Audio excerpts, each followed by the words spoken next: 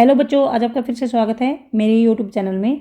आज हम कक्षा 6 की जो पुस्तक जिज्ञासा है उसका पाठ 8 जल की विविध अवस्थाओं की यात्रा के प्रश्न उत्तर करेंगे। आइए हम अपने सीखने को बेहतर बनाएं। इसमें प्रश्न नंबर 1 है, निम्नलिखित में से कौन सा संगणन का सबसे अच्छा वर्णन करता है। ये कथन दे रखे हैं, इनमें सबसे अच्छा वर्णन संगणन का कौन सा कथन करता है। क्या है, जल का वाष्प के रूप में परिवर्तन, ये नहीं आएगा।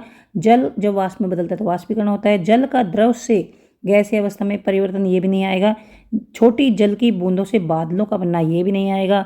जल वाष्प का उसकी द्रव अवस्था में परिवर्तन, जब जल वाष्प होती है वो द्रव अवस्था में बदल जाती है तो उसको कहते हैं संघनन। तो उत्तर आएगा घ, जल वाष्प का उसकी द्रव अवस्था में परिवर्तन। प्रश्न नंबर 2 है, नीचे दी गई प्रक्रियाओं में से किस प्रक्रिया में वाष्पीकरण बहुत महत्वपूर्ण है। क्या है, रंग भरना। इसमें क्रेयॉन से रंग भरना या पानी के रंगों से रंग भरना, मतलब एक तो क्रेयॉन होते हैं जो मोम के कलर होते हैं, एक ऐसे रंग भी होते हैं जिनमें पानी डाला जाता है फिर कलर किया जाता है। तो नीचे दी गई प्रक्रिया में से किस प्रक्रिया में वाष्पीकरण बहुत महत्वपूर्ण है। तो ये इसमें वाष्पीकरण बहुत महत्वपूर्ण है, क्योंकि जब हम कलर करते हैं, पानी वाले कलर करते हैं तो वो सूखने चाहिए। अगर सूखेंगे नहीं तो अगर हम उसके साथ में दूसरा कलर करते हैं तो वो दूसरे रंग में मिक्स हो जाएगा। तो इसलिए पानी के रंगों से रंग करने में वाष्पीकरण बहुत महत्वपूर्ण है। इसमें देखिए तीसरा ऑप्शन भी था, एक्रेलिक रंगों से या पेंसिल रंगों से। तो इसमें उत्तर यही आएगा, पानी के रंगों से। ख है, कागज पर लिखना, पेंसिल से लिखना या स्याही वाले पेन से लिखना या बॉल पॉइंट से लिखना। इसमें किसमें वाष्पीकरण महत्वपूर्ण है। तो स्याही वाले पेन से लिखेंगे तो सूखना जरूरी है। अगर वो नहीं सूखेगा, गीला रहेगा, तो कागज के अंदर से दिखाई देने लग जाएगा दूसरी तरफ। तो उत्तर ये आएगा इसमें। प्रश्न नंबर 3 है, आजकल हमें कई जगह हरे रंग की प्लास्टिक घास दिखाई देती है, आर्टिफिशियल घास दिखाई देती है। प्राकृतिक घास के आसपास का स्थान प्लास्टिक घास के आसपास के स्थान की तुलना में ठंडा लगता है। क्या आप पता लगा सकते हैं ऐसा क्यों होता है। अगर प्राकृतिक घास जो होती है उसके आसपास का जो स्थान होता है उसमें हम देखेंगे तो हमें ठंडक महसूस होती है, लेकिन प्लास्टिक की घास में ठंडक महसूस नहीं होती है। ऐसा क्यों। उत्तर है, पौधे वाष्पोत्सर्जन नामक प्रक्रिया द्वारा अपनी पत्तियों के माध्यम से पानी छोड़ते हैं।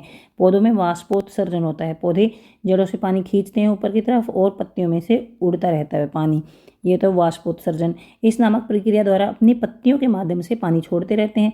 पत्तियों की सतह से पानी आसपास की गर्मी को अवशोषित करके वाष्पित हो जाता है। इसलिए वाष्पित पानी के वाष्पीकरण के कारण हरी प्राकृतिक गैस के आसपास का स्थान ठंडा महसूस होता है। दूसरी ओर जो हरे रंग की प्लास्टिक की घास होती है उसमें वाष्पोत्सर्जन या वाष्पीकरण नहीं होता, इसलिए कोई भी शीतलन प्रभाव नहीं देखा जाता, यानी कोई ठंडक वहां पर नहीं होती है। प्रश्न नंबर 4 है, जल के अतिरिक्त अन्य द्रव्य पदार्थ के उदाहरण दीजिए जो वाष्पित हो सकते हैं। जल के अलावा कौन से पदार्थ वाष्पित हो सकते हैं। उत्तर है, वाष्पित होने वाले कुछ तरल पदार्थ हैं जैसे एसीटोन, अल्कोहल या ईथर। प्रश्न नंबर 5 है, पंखे हवा को इधर उधर घुमाते हैं जिससे ठंडक महसूस होती है। गीले कपड़ों को सुखाने के लिए पंखों का उपयोग विचित्र लग सकता है। गीले कपड़ों को जब गीले कपड़े होते हैं तो उनको सुखाने के लिए पंखे चला दिए जाते हैं, तो गीले कपड़ों को सुखाने के लिए पंखों का उपयोग विचित्र लग सकता है। यहाँ पर आएगा पंखे की हवा, क्योंकि पंखे की हवा वस्तु को ठंडा करती है, गर्म नहीं करती। सामान्यतः जब जल वाष्पित होता है तो उसे ऊष्मा की आवश्यकता होती है, ठंडी वायु की नहीं होती। आपका इस विषय में क्या सोचना है कि कपड़ों को सुखाने के लिए पंखा चलाया जाना चाहिए या नहीं। चलता हुआ पंखा हवा को इधर उधर घुमाता है। चलती हुई हवा अपने साथ गीले कपड़ों के ऊपर बनने वाले जल वाष्प को बहा ले जाती है। इसके कारण पानी का वाष्पीकरण तेजी से होता है, इसलिए गीले कपड़े तेजी से सूख जाते हैं। जब गीले कपड़ों को पंखे के नीचे रखा जाता है, पंखे को चला दिया जाता है, तो कपड़ों में जो गीलापन होता है, यानी कपड़ों में जो जल होता है उसकी जल वाष्प बनती है और ऊपर उड़ जाती है, जिसके कारण वाष्पीकरण तेजी से होता है। इसलिए गीले कपड़े सूख जाते हैं। प्रश्न नंबर 6 है, प्राय जब नालियों से कीचड़ निकाला जाता है तो नाली के बगल में उसका ढेर बनाकर 3 से 4 दिनों के लिए छोड़ दिया जाता है। इसके बाद इसे उद्यान या खेत में ले जाया जाता है, जहां इसका उपयोग खाद के रूप में कर सकते हैं। यह विधि कीचड़ को दूसरे स्थान पर ले जाने की लागत कम करती है और इसके साथ ही काम करने वाले व्यक्तियों की सुरक्षा बढ़ाती है। इस पर विचार करें और बताएं कि ऐसा क्यों होता है। जब नालियों को साफ किया जाता है तो उसके पास में जो नालियों में से गंदगी निकलती है उसका ढेर बना दिया जाता है, फिर उसके बाद 3-4 दिन में उस ढेर को उठा लिया जाता है। उत्तर है कीचड़ को 3-4 दिनों के लिए ढेर में छोड़ दिया जाता है ताकि कीचड़ में मौजूद पानी की मात्रा वाष्पित हो जाए, क्योंकि उसमें अगर पानी रहेगा तो वो भारी रहता है और पानी सूख जाता है तो फिर जो वो गंदगी निकलती है वो इतनी भारी नहीं रहती। पानी के वाष्पीकरण के बाद कीचड़ का वजन और आयतन कम हो जाता है, जिससे उसका परिवहन आसान हो जाता है। सूखा हुआ कीचड़ उसे संभालने वाले व्यक्ति को नुकसान नहीं पहुंचाता। प्रश्न नंबर 7 है, एक दिन के लिए घर में होने वाली गतिविधियों का अवलोकन करें कि घर में क्या क्या होता है पूरे दिन में। उन गतिविधियों की पहचान करें जिसमें वाष्पीकरण सम्मिलित है। ऐसी गतिविधियों को नोट करना है जिसमें वाष्पीकरण सम्मिलित होता है। वाष्पीकरण के प्रक्रम को समझने से हमें अपनी दैनिक गतिविधियों में कैसे सहायता मिलती है।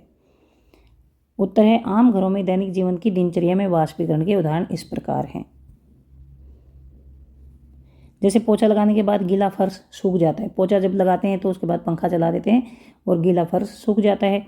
गीले कपड़े धूप में सूख जाते हैं, इसमें भी वाष्पीकरण होता है। अधिक नमी वाले खाद्यान्नों को धूप में सुखाया जाता है। जो गीला अनाज होता है उसको धूप में सुखाया जाता है, जिससे वो भी सूख जाता है, क्योंकि इसमें भी वाष्पीकरण होता है। वाष्पीकरण के कारण उसमें पानी की मात्रा कम हो जाती है। पौधे अपनी पत्तियों के माध्यम से पानी छोड़ते हैं जो वाष्पित हो जाता है और पौधे के आसपास ठंडक महसूस होती है। मिट्टी के बर्तन में रखा पानी वाष्पीकृत होता रहता है और फिर उससे मटका ठंडा रहता है। प्रश्न नंबर 8 है, प्रकृति में जल ठोस अवस्था में किस प्रकार विद्यमान है। पानी के ठोस के रूप में ठोस के रूप को बर्फ कहते हैं। प्रकृति में जल ठोस अवस्था में किस प्रकार विद्यमान है। पानी के ठोस रूप को बर्फ कहते हैं। यह निम्न रूप से मौजूद रहता है।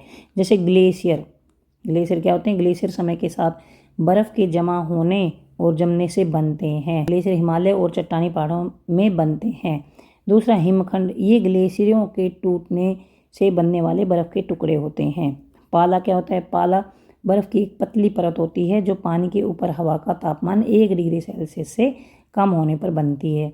ओले क्या होते हैं। ये बर्फ के छोटे छोटे ठोस गेंद जैसे टुकड़े होते हैं जो बारिश के साथ गिरते हैं। प्रश्न नंबर 9 है, जल हमारे अधिकार से पहले हमारी जिम्मेदारी है। जल हमारा अधिकार तो है लेकिन अधिकार से पहले हमारी जिम्मेदारी है। इस कथन पर विचार करें, अपने विचार साझा करें।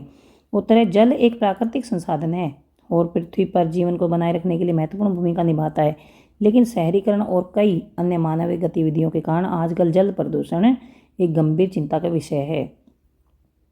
अपशिष्ट जल की खपत कई स्वास्थ्य समस्याओं को जन्म देती है, इसलिए जल की गुणवत्ता बनाए रखने के लिए जल हमारा अधिकार होने से पहले हमारी जिम्मेदारी है। प्रश्न नंबर 10 है, धूप में खड़े 2 पहिया वाहन की सीट गर्म हो जाती है, आप उसे ठंडा कैसे करेंगे।